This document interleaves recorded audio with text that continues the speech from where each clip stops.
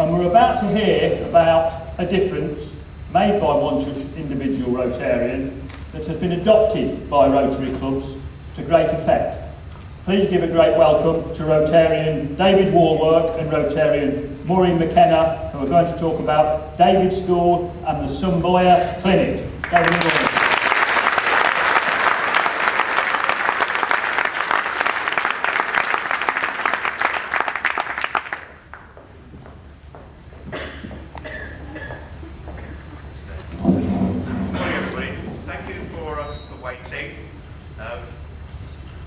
Breaks and changes of plan, but it's great to be here. Thank you to District Governor Roger for inviting us and giving us the chance to talk about the David School in Sierra Leone. My name's David Warwork, as you saw, and I'm a retired secondary head teacher. I'll say that not because I'm particularly proud of it, but it's relevant to the story that I'm going to tell you. I discovered Sierra Leone back in 2006. I was inspired to join a team involved in extending a fistula clinic in Aberdeen, which is part of Freetown, the capital. I know that other people from this district were there. Altogether, over 100 Rotarians were involved in building this clinic, which opened in 2006, was opened by the President Kabar. I remember it well because it was so hot that day. You need to remember this, Roger. It was so hot that day, he didn't stand out in the sun and read the speech himself. He gave it to one of his minions while he sat in the shade. The guy stood out in the blazing sun and read his speech for him. I remember the lesson. So some of you assistant governors had better watch out. I worked on Africa Mercy, which again, Rotary was very much involved in.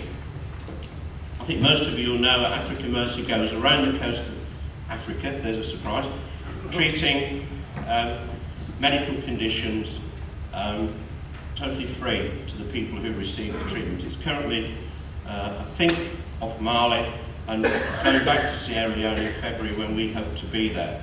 A great opportunity to get surgery done on some of our young people. Also, RIBI raised over £1 million, around £1 million, I think, to fund the ophthalmic clinic on Mercy ships, on Africa Mercy. And again, some of you were very much involved in that project. Right, as an ex-teacher and somebody committed to education, I'm going to tell you a little bit about Sierra Leone, but there'll be a test at the end, as you might imagine, so make sure you pay attention. You'll see Sierra Leone is a very small country in West Africa. It's an area about the same as Scotland, with a population between 5.5 and 6 million. It was a British colony, gained independence in 1961. English is the official language, although Creole is mostly spoken in and around Freetown, together with a lot of tribal languages which are just spoken and not written, which can be a problem for us people going. We cope. Following independence, and some of you know about it, there was a period of decline, lots of different governments, terrible civil war, which started in 1991 and lasted almost 10 years. It was only when the British troops went in 2000 to clear out the rebels that stability returned to the country and a civilian government was elected. The Civil War left a dreadful legacy, and I'm sure you've read about it, heard about it. I know at last year's conference you heard about Sierra Leone, so I don't really want to keep the bad news going, because this is not about bad news. The country is rich in minerals. It was an exporting country many years ago. It's got diamonds, it's got bauxite, titanium, gold, but sadly it's got no structure. There is no mechanism for that to be used to develop the country, to help the people that we help.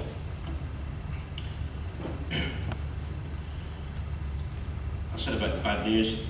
It's always difficult if you get into being the best or the worst. This is Save the Children, Not Me.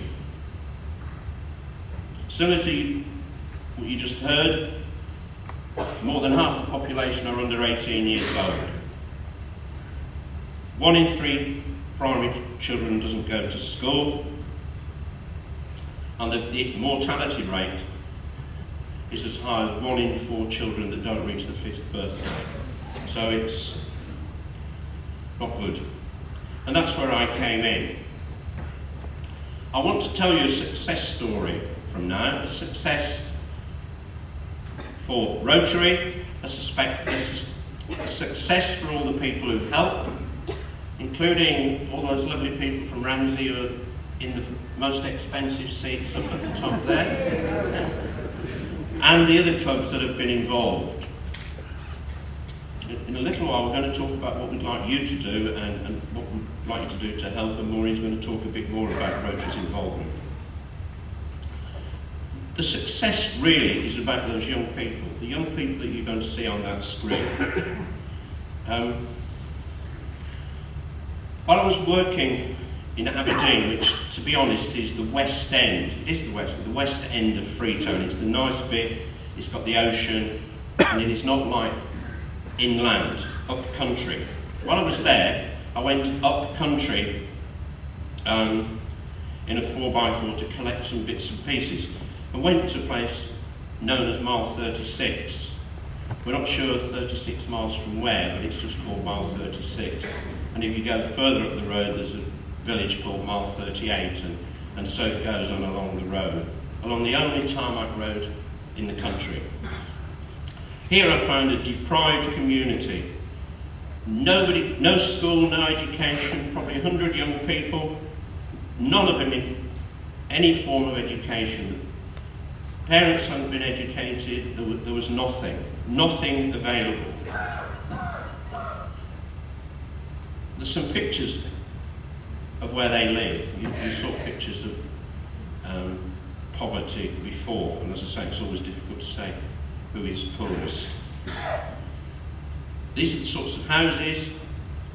Our kids will probably sleep in the same room as 9, 10, 11 others. They'll probably have as many brothers and sisters as you could count.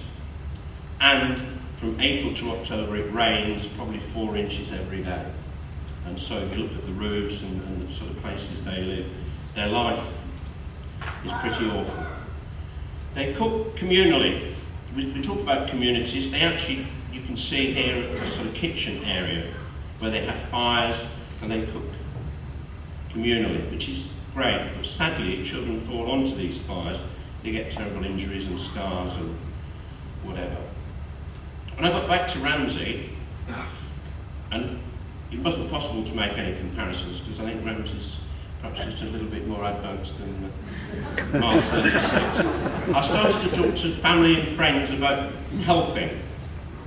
As working in education, I know there are lots of people in education who want support. I believe that it's education that changes their lives. Provides people with opportunities to help themselves, to help their communities, and to move on in their existence. And so we decided to build the school. Just a bit about this lady. She's called Marianne. Some of the people who came with me met this lady. She lives at Mile 36, has 4 children.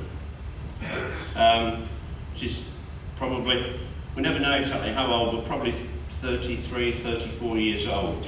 Lost her husband, but she does have seamstress skills, but no equipment. If she had a sewing machine, she could earn some money, she could feed the children. She manages to eke out enough to feed the children. Probably once a day they would get some food. Although primary education is technically free in Sierra Leone, you can't go, you haven't got a uniform, you haven't got shoes, you haven't got all the equipment and things that you need.